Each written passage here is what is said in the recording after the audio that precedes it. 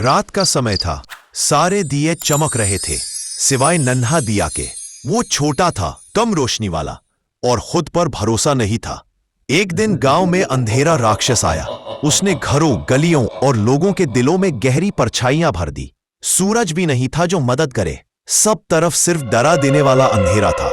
लोग डर कर बोले, कौन बचाएगा हमें? नन्हा दिया कांपते हुए बोला, मैं बहुत छोटा हूं, मैं क्या कर सकता हूं? उसी वक्त आसमान से सूरज की धीमी आवाज आई, रोशनी बड़े होने से नहीं, हिम्मत होने से फैलती है।